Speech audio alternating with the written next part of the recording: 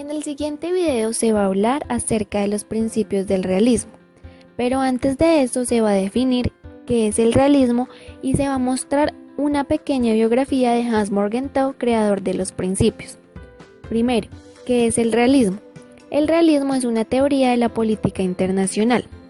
El principal y único actor del sistema internacional para el realismo es el Estado.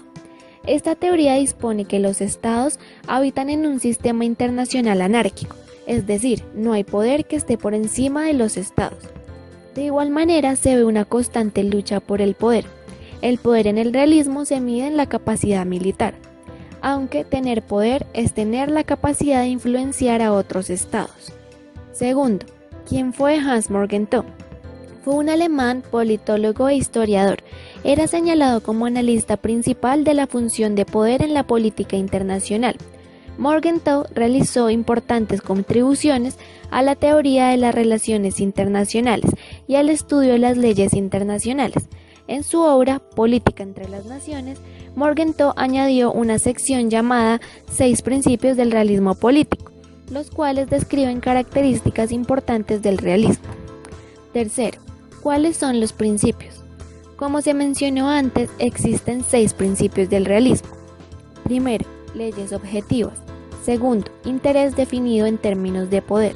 Tercero, el interés es permanente, pero no es el mismo. Cuarto, la moral es irrelevante. Sin embargo, no significa que el realismo es amoral. Quinto, no existe una moral universal. Sexto, esfera política. 4. Principio número 6. Esfera política. El principio número 6 nos habla acerca de la autonomía de la esfera política. Es decir, se dice que los estados tienen diferentes esferas, por ejemplo, la esfera política, la esfera económica, la esfera cultural.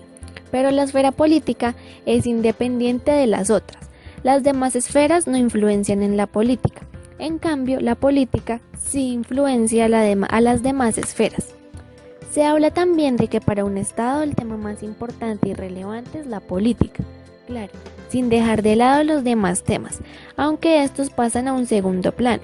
Para esto se aplican los términos de high politics y low politics, refiriéndose el primero a los temas importantes, como lo es la política, y el segundo a los demás temas a tratar en un Estado, como la economía y la cultura.